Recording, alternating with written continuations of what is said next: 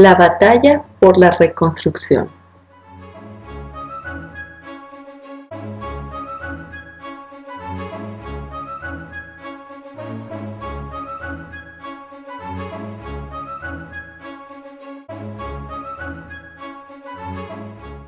Un conflicto en aumento.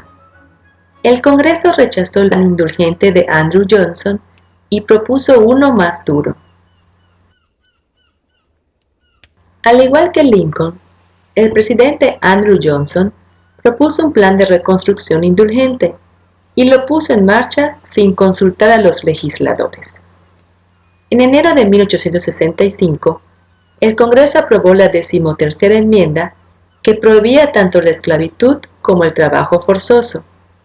Esta enmienda le dio el poder al Congreso para poder emitir leyes que hicieran cumplir esta enmienda. El plan de Johnson declaraba amnistía a la mayoría de los antiguos confederados. Permitía a los estados sureños organizar nuevos gobiernos y elegir representantes al Congreso. El Congreso rechazó el plan de Johnson y preparó un nuevo plan más enérgico para evitar que los antiguos confederados ganaran control sobre la política sureña. El comité trató de evitar los códigos negros, que eran leyes disfrazadas para controlar a los afroamericanos. La 14ª enmienda. El Congreso aprobó la 14ª enmienda debido a la violencia contra los afroamericanos en el sur. Debido al alarmante trato a los afroamericanos en el sur, el Congreso aprobó la Ley de Derechos Civiles de 1866. Esta ley otorgaba derechos de ciudadanía a los afroamericanos y garantizaba los derechos civiles de todas las personas excepto a los indígenas. El presidente Johnson vetó este proyecto de ley y otro que extendía la oficina de libertos. El Congreso votó para revertir ambos vetos y obtuvieron votos suficientes para convertirse en ley. El Congreso emitió la 14ª enmienda para asegurar que la Suprema Corte no revocara la Ley de Derechos Civiles y fue aprobada después que los radicales tomaran el control de la reconstrucción. Esta enmienda dice que todas las personas nacidas o naturalizadas en Estados Unidos son ciudadanas y declara que los estados no tienen la facultad de quitar esos derechos. Un estado no tiene la facultad de privar a una persona de la vida, la libertad y el derecho a la propiedad sin un procedimiento previsto por la ley. Tampoco puede negar a una persona la protección igualitaria de las leyes. Esta enmienda se convirtió en un instrumento poderoso para hacer cumplir los derechos civiles, aunque pasó un siglo antes de que sirviera a dicho propósito. Hiram Rhodes Rebels fue el primer afroamericano en servir en el Senado de Estados Unidos y en el Congreso de Estados Unidos en general. Representó a Mississippi en 1870 y 1871 durante la Reconstrucción. La reconstrucción radical. Debido a la violencia contra los afroamericanos en los estados del sur, el Congreso adoptó una posición más enérgica en la reconstrucción. Hacia principios de 1867, los republicanos radicales ganaron suficiente apoyo de los moderados para comenzar una reconstrucción severa. A este periodo se le conoce como reconstrucción radical. La Ley de Reconstrucción de 1867 disolvió el gobierno de los estados sureños que no ratificaron la 14ª enmienda. Se impuso un gobierno militar dividiéndolos en 5 distritos federales. Antes de volver a la Unión, cada estado debía redactar una nueva constitución y ratificar la enmienda.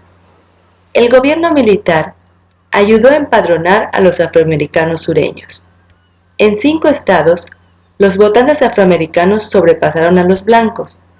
En las elecciones de 1868, los republicanos ganaron todos los estados sureños.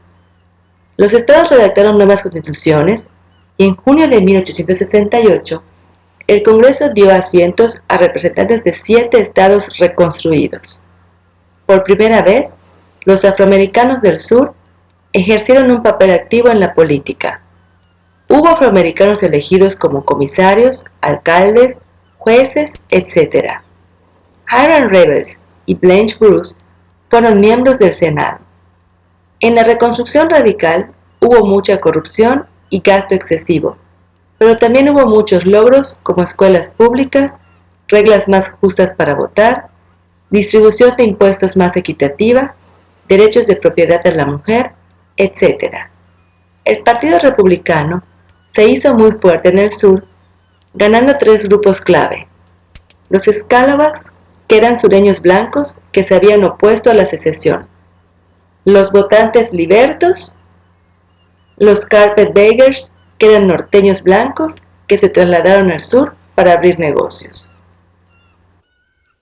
La 15ª enmienda. El Congreso aprobó la 15ª enmienda, donde le daba derecho a los afroamericanos a votar. Los radicales trataron de hacerle juicio político al presidente Johnson y de ponerlo del cargo. Johnson estuvo a punto de tener que dejar su cargo, pero faltó un voto en la Cámara de Senadores para reunir los 2/3. Las elecciones de 1868 fueron ganadas por el republicano Ulysses S. Grant, héroe de guerra.